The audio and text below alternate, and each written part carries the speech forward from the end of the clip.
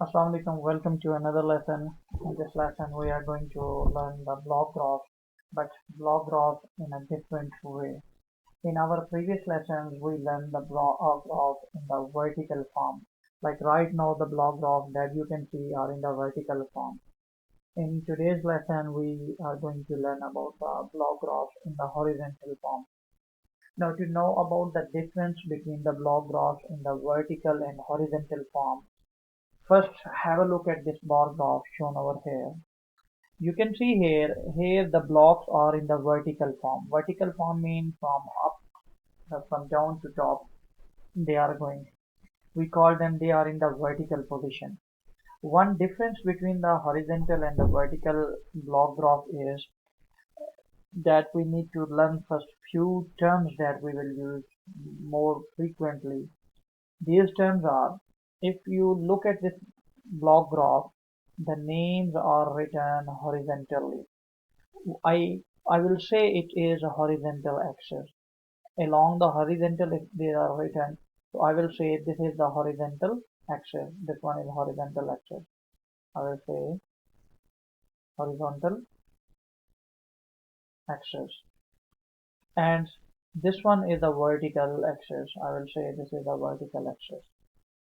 Okay, in the vertical axis, when we are writing the vertical block graph, we write the numbers. We write number, and in the horizontal axis, we write names. So the horizontal axis is termed as we are writing the names here. So I will say this is a variable axis where we are having the names of different things which are changing. Here we have January, February, March, April. So these are different names. So I will say this is the variable axis. And on the vertical axis we write the numbers. It shows how many numbers each variable has. For example, the variable January is having some numbers, February is having some number, and like that. So the variable axis uh, is having the names, and the vertical axis is having the numbers. So the numbers, how many numbers for each variable are, we call that frequency. So that is why to the number axis we also call it as frequency axis. So this is going to be the frequency axis. Here are the numbers, so I will say it is frequency axis. So now two terms you have to remember. One is the variable axis, and the second one is the frequency axis.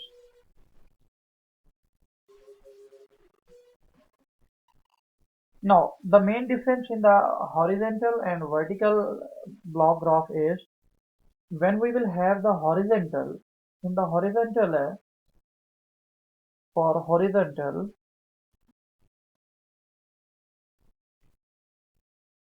block graph,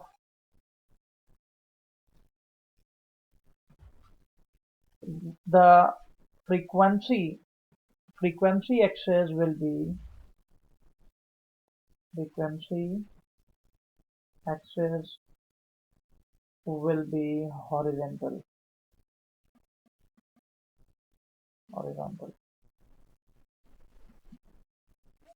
and variable axis will be vertical.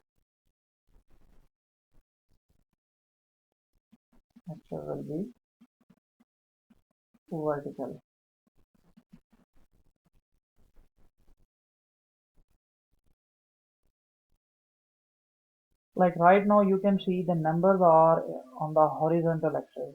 Mean the numbers are called the frequency axis. So the frequency axis is horizontal.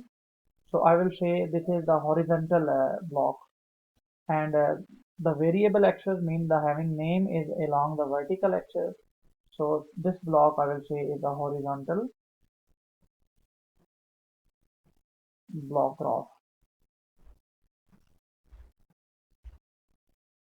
So this is the difference between horizontal and vertical block graph.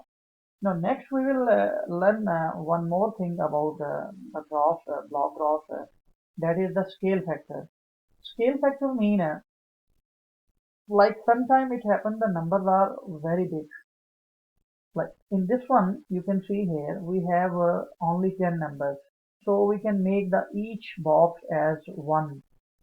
Mean for one number we are taking one box. If for one number we take one box, like I'm taking one number for one box, so I will say the scale factor is 1:1. When we take one block to represent one item, then the scale factor will be 1:1.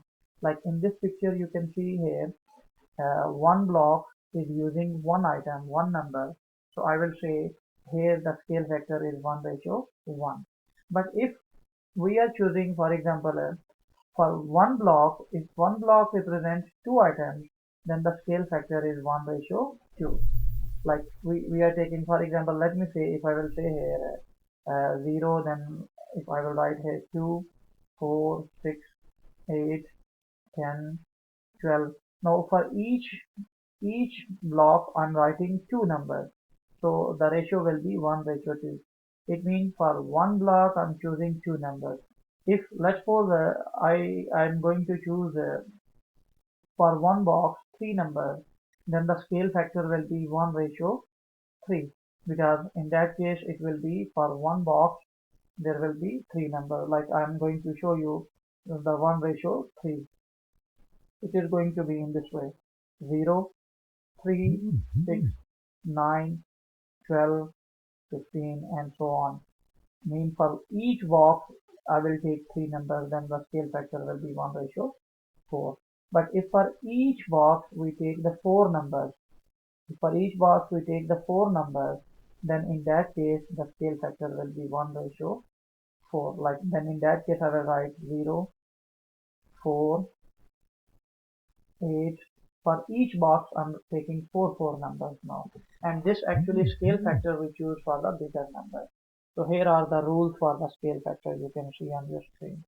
Mostly when we have very big numbers, then it is not possible for us to show each number on each box. Like right now here, you can see here in this one, for each box we have five number. Like first one is 0, the next one is 5. So for each box we are having five numbers. So I will say the scale factor is 1:5. If I say the ratio scale factor is 1:10, then in that case for each box I will write 10 numbers. That will be then 0, 10, 20, and so on. For each box will be 10 numbers. So accordingly, for bigger number we can choose a scale factor that will help us to take less space for more number, for more frequency.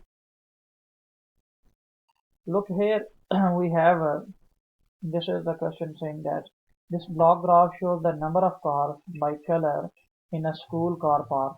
Right now you can see here the names are written here in the vertical form and the numbers are written in the horizontal form.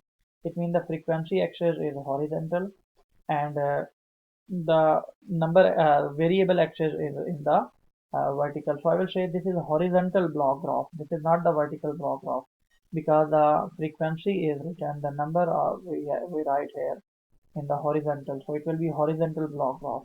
In this horizontal block graph, the scale factor is 1:2 because you can see here for each box there are two numbers 0, 2, 4, 6, 8, 10, and so on.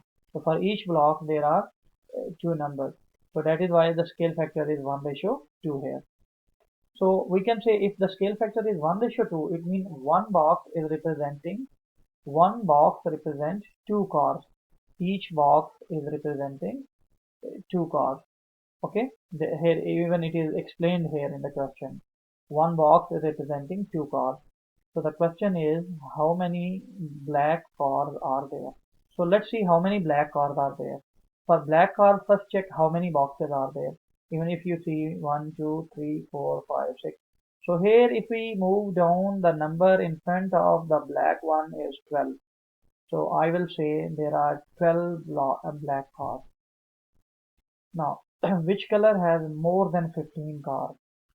You can see here this is having 12, this one is having 14, the red one is having 6, white one is having 4 only. So which one is having more than 15 is only the blue one. So I will say the blue is having more than 15 cars. And what is the mod of this block graph? Mod mean, I explained you in the previous lesson also, mod means with the more number, with the largest number. So the largest number is blue. You can see it is more than any other color. So I will say it blue. So blue is the mod of this block graph. Blue color is the mod of this block graph. What is the total number of cars in the school car park?